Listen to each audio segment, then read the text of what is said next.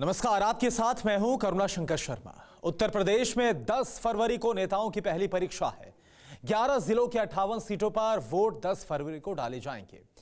2017 में 11 में से 6 जिले ऐसे थे जहां पर बीजेपी ने क्लीन स्वीप किया था। 58 में से 53 सीटें जीतकर बीजेपी ने इतिहास रचा था। बीजेपी अपना जीत का वैसा ही इतिहास दोहराना चाहती है। इस बार भी फोकस पर वेस्ट यूपी है, जहां जोर आजमाइश गठबंधन सेना भी कर रही है। लेकिन जिस वक्त पश्चिमी यूपी में पहले से सियासी हवा सुर्ख है, ठीक उसी वक्त पश्चिमी यूपी में एआईएमआईएम चीफ असदुद्दीन ओवैसी पर हमला हुआ।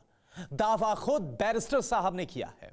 ओवैसी पर हमले के इस एपिसोड से पश्चिमी उत्तर प्रदेश का मन कितना बदला आखिर, खासकर उन मुसलमानों का जिनके वोट बैंक पर हैदराबादी भाईजान खुद का दावा करते हैं। हर सवाल का जवाब आज इस स्पेशल रिपोर्ट में आपको मिलेगा। भारत माता की, भारत माता की।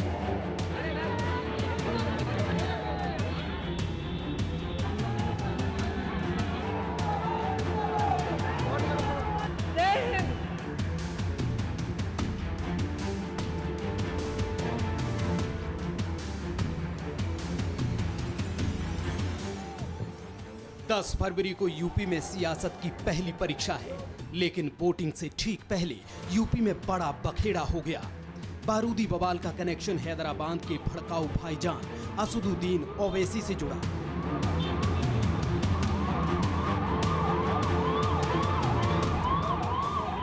मेरठ से दिल्ली जा रहे एआईएमआईएम चीफ असदुद्दीन ओवैसी के काफिले पर हमले की खबर आई। दावा खुद ओवैसी साहब ने किया।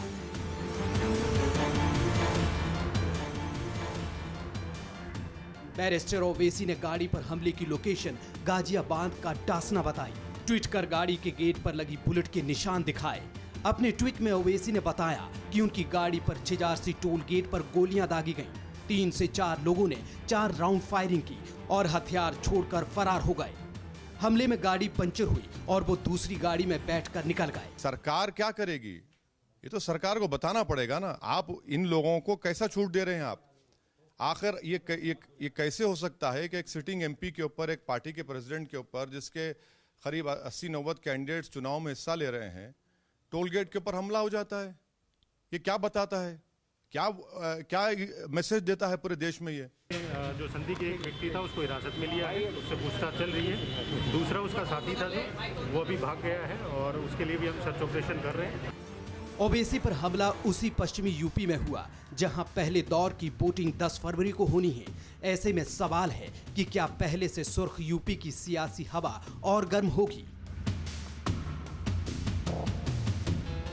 एक गर्मी जो अभी किराना में और मुजफ्फरनगर में कुछ जगह दिखाई दे रही है ना, ये सब शांत हो जाएगी इसके बाद। क्योंकि गर्मी कैसे शांत होगी, ये तो मैं मई और जून में भी इसको बहुत शिमला बना देता हूं। जितने भी हम लोग बैठे हैं, अगर गर्म खून हमारे अंदर नहीं बहे तो हम जिंदा क्या रहेंगे? ईवीएम की मशीन को ऐसा भर के दो, ये भारतीय जनता पार्टी की जो चर्बी चढ़ रही है, सारे नेताओं की चर्बी उतार दो आप।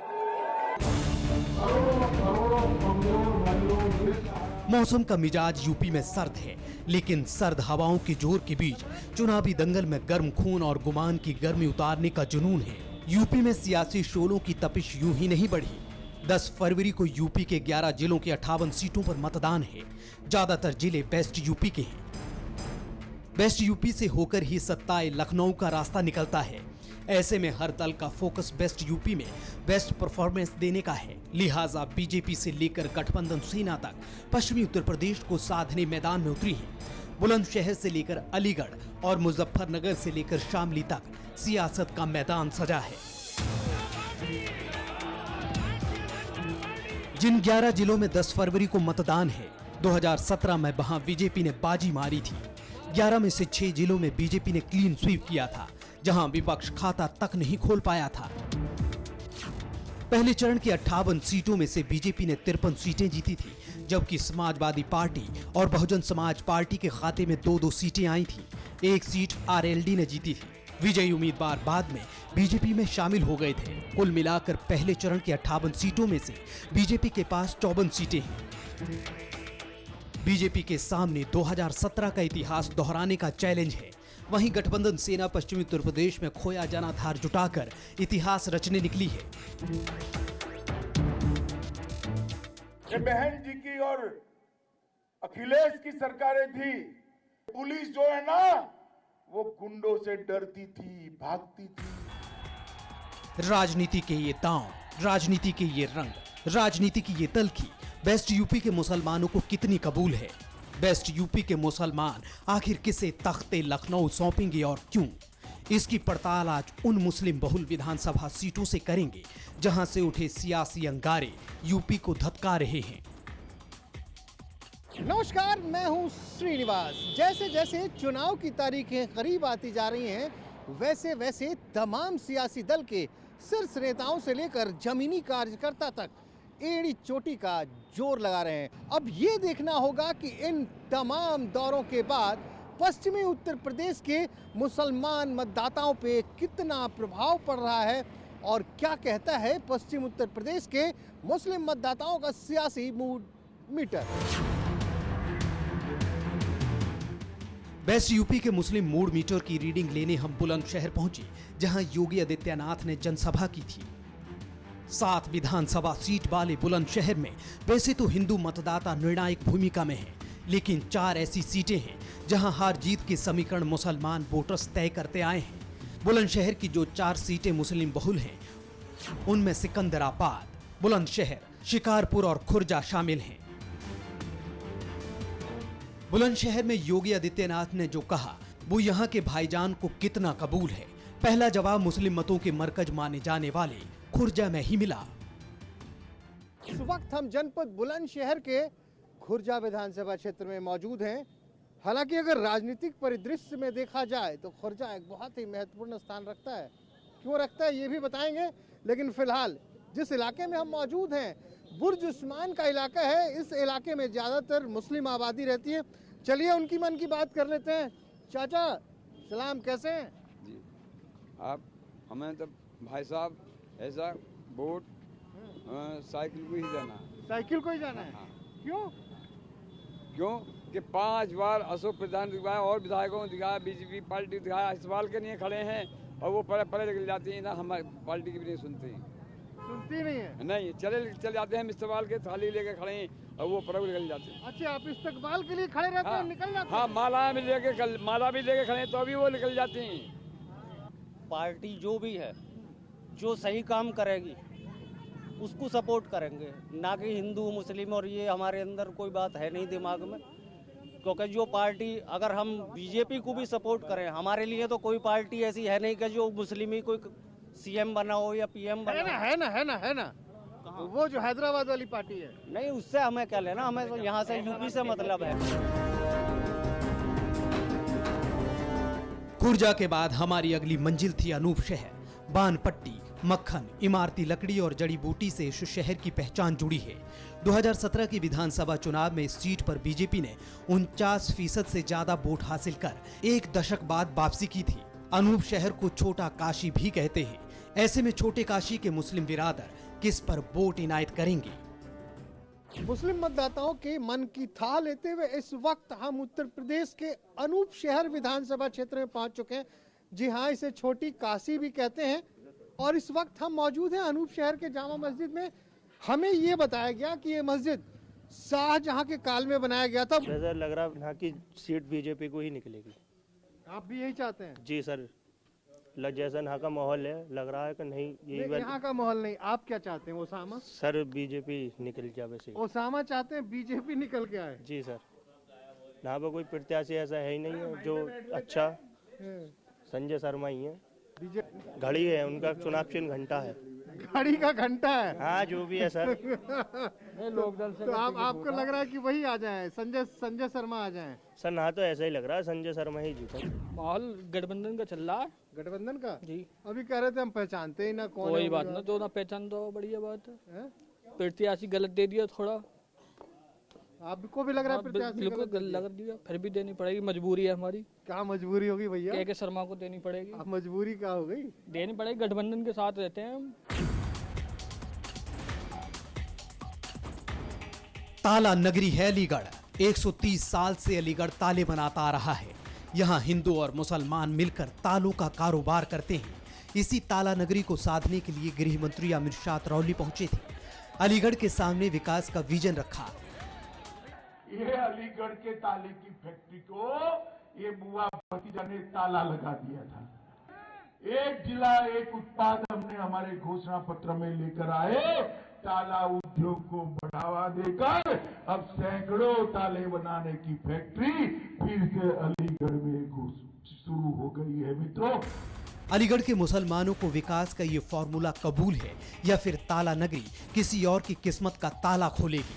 मुसलमान हिंदुस्तान में था, हिंदुस्तान में रहेगा, हिंदुस्तान का वफादार है। वोट किसको देगा? है? वोट किसको? वोट बीजेपी को दे रहे हैं। अगर बीजेपी कहती नहीं है या बीजेपी के साथ नहीं है मुसलमान, बताइए आप। मुसलमान ने पिछली सरकार मुसलमान ने बीजेपी की नहीं बनवाई, मुसलमान देता नहीं है क्या वोट? आज तक जो है मुसलमानों को दिया क्या है अखिलेश ने या मुलायम सिंह यादव जी ने क्या दिया, बताएं आप। अगर के है कोई समाजवादी वाला तो बताए हमें, मुसलमानों को क्या दिया है? मुसलमानों को आज तक जितना भी दिया है बीजेपी ने दिया है। देखिए, गरीबों को मकान, सबका साथ सबका विकास, राशन सबके साथ। अरे लेकिन नहीं है आप पे विश्वास? विश्वास कैसे नहीं है? विश्वास है। अच्छे वाले काम पे देंगे आप? बुरे वाले काम पे या अच्छे वाले? अच्छे वाले पे देंगे ओबेसली। अच्छे वाले पे जी। तो मुस्लिम महिलाओं के लिए ऐसा कौन सा अच्छा काम कर दिया? कम से कम मुस्लिम लड़कियां रात बिरात में खुला जा तो रही हैं। अखिलेश के में नहीं जा पा रही थी। कभी भी कुछ भी हो रहा था, रेप हो रहे थे आए दिन, बट अभी वो चीजें नहीं हो रही है। तो महिलाओं को ये वाली सरकार पसंद आ रही है? हाँ, सही है सरकार, हमें पसंद आई। क्यों? क्योंकि बहुत सारी चीजें ऐसी हुई हैं, लोगों के घरों पर छत नहीं थी। अब वो छत भी लोगों को जो पैसे दिए जा रहे हैं, 2-2 लाख रुपए दिए गए थे घरों के लिए बनाने के लिए, वो इससे पहले किस सरकार ने दिए भी। उत्तर प्रदेश के पूर्व मुख्यमंत्री कल्याण सिंह की राजनीतिक कर्मभूमि भी अलीगढ़ ही रही। यहाँ मुसलमानों के साथ ब्राह्मण, ठाकुर, लोधी और जाट वोटरों का दबदबा है।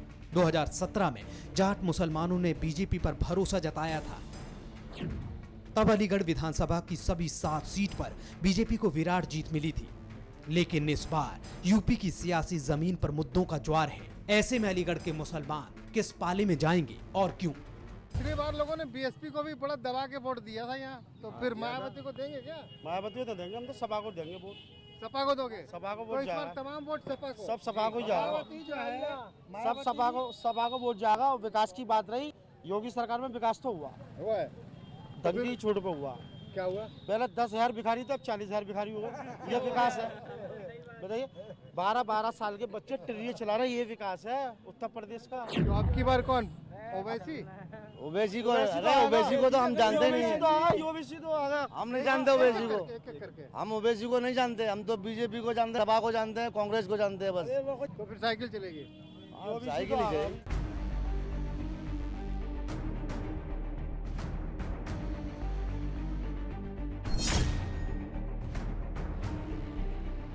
अलीगढ़ के बाद हमारी अगली मंजिल थी मुजफ्फरनगर। वो मुजफ्फरनगर जिसे चीनी बाउल कहा जाता है। वो मुजफ्फरनगर जिसके माथे 2013 में दंगों के दाग लगे थे। 2022 में लड़ाई विधानसभा की है। ऐसे में मुजफ्फरनगर के वोटर किस मुद्दे पर वोट करेंगे? 2017 में मोदी लहर चली तो आरएलडी का पूरा समीकरण ही बिखर गया। मुजफ्फरनगर की सभी 6 सीट पर बीजेपी को विराट जीत मिली। चीनी और गुड़ की मिठास के लिए मशहूर मुजफ्फरनगर के जख्मों को वक्त का मरहम भर चुका है। दंगों के दर्द और सियासी दांवपेच के बीच ये जानना भी जरूरी था कि अब की बार मुजफ्फरनगर के मुस्लिम किसके साथ हैं। क्या माहौल है? माहौल तो अच्छा है। मिठास बन रही है कि पुरानी वाली खटास चल रही है? नहीं, मिठास है। मिठास है, मिठास का जीता जागता सबूत है। 2 भाई हैं मेरे, एक विजयपाल, एक रवि। साथ में कोल्हू चलाते हैं और जब से तकरीबन 20 साल से साथ में भी हैं। कोई हमारे में खटास वाली बात नहीं हुई। 13 में तो तगड़ी वाली खटास नहीं, बिल्कुल भी नहीं थी, हमारे अंदर नहीं थी। कोई खटास नहीं था ना, पूरा मोहल्ला हमारा एक ही जगह रहता। तो अब क्या लग रहा है? पिछली बार तो चुनाव में यही चला था, खटास मिठास। भाई वो तो चलाने वाले तो अपना मुद्दा गर्म करते हैं, उन्हें तो वोट चाहिए और कुछ नहीं चाहिए। इस बार किसका मुद्दा गर्म हो रहा है? भाई मुद्दा तो हम तो शुरू से ही हमने अखिलेश यादव को वोट दिए और इसी को देंगे अब की बार भी। इतिहास गवाह है कि शामली का मिजाज क्रांतिकारी रहा। इतिहास से वर्तमान में आए तो शामली में शोर चुनावी जंग का है। नेताओं की आमद यहाँ बढ़ने लगी है। जाट मुसलमानों को एक मंच पर लाने के लिए अखिलेश ने छोटे चौधरी, जयंत के साथ गठबंधन किया है। ऐसे में यहाँ के मुसलमान किस पाले में हैं? जवाब को ढूंढते हुए आज हम फैक्टर का कारवा शामली में मौजूद है। जी हाँ, जनपद शामली बहुत ही मशहूर है क्योंकि पास में ही कराना है और पलायन का मुद्दा बार बार हर मंच से उठाया जा रहा है और हम यहाँ मौजूद हैं खास करके मुस्लिम मतदाताओं से ये जानने के लिए कि आखिर उनके मन में क्या चल रहा है। सारे भाजपा के हैं, हमारे 300 वोट हैं नौकुआ पे शामली में। क्यों अच्छा लग रहा है भाजपा तुम्हें? भाजपा ने सारे अच्छा काम किया है इसलिए अच्छी लग रही है हमको। क्या काम करा? सारे अच्छा काम कर रही है, मकान दिया, कपड़ा दिया, घर दिया, राशन दिया, सब कुछ दिया। ऐसे में क्या यहाँ के मुसलमानों को गठबंधन कबूल है? शामली चले आइए तो यहाँ भट्टियों पर खौलते गुड़ की खुशबू जर्रे जर्रे में मिठास खोलती है। लेकिन इस बार शामली के मुसलमान तख्ते लखनऊ के लिए किसका मुंह मीठा करेंगे, इसका भी मुकम्मल जवाब मिला। क्या लग रहा है माहौल? यहाँ का माहौल तो वैसे जो है ना, ये मतलब मेरे को लग रहा है कि लोकदल पे जाएगी। लोकदल पे जाएगी लोगों की वोट। जयंत पे जाएगी। मतलब जो साइकिल वाले भैया साइकिल वाले भैया पे जाएगी। योगी की है, मोदी योगी एक ही है दोनों। अच्छा, एक ही दोनों? अब इनकी पार्टी में तुम बता रहे सियासत क्या है, क्यों नहीं चल रही है? अब जो गुंडागर्दी है इनकी पार्टी में सिर्फ हिंदुओं की तरफ से है, मुसलमान की तरफ से कोई नहीं। अब अखिलेश आ जाएगी तो फिर उसके तरफ से नहीं अखिलेश की पार्टी आएगी, वो दोनों तरफ से तो रहेगी ना। अच्छा, फिर दोनों तरफ से रहेगी। इधर से भी उधर से भी। खत्म करना तो हमारे ऊपर है ना। अगर यही गुंडागर्दी चलेगी तो फिर दोनों की तरफ से रहेगी तो बढ़िया है। अच्छा, एक की तरफ से कहाँ? अभी एक तरफा चल रही गुंडागर्दी, एक तरफा चल रही इसलिए अखिलेश चाहिए। अखिलेश भैया क्या बात बोले यार तुम। बिल्कुल ऐसा कुछ नहीं है, थोड़ा भेदभाव है, सभी के साथ है। ये तो सारी सरकार में होता है इतना तो पसंद है। चलिए भैया, इनको सरकार पसंद है। तो आज शामली से इस एपिसोड को यहीं विराम देते हैं। अगले एपिसोड में फिर कहीं और मुलाकात होगी, लेकिन जाते जाते शामली वाले से बस इतना ही कहूँगा, भैया मास्क लगा लो यार।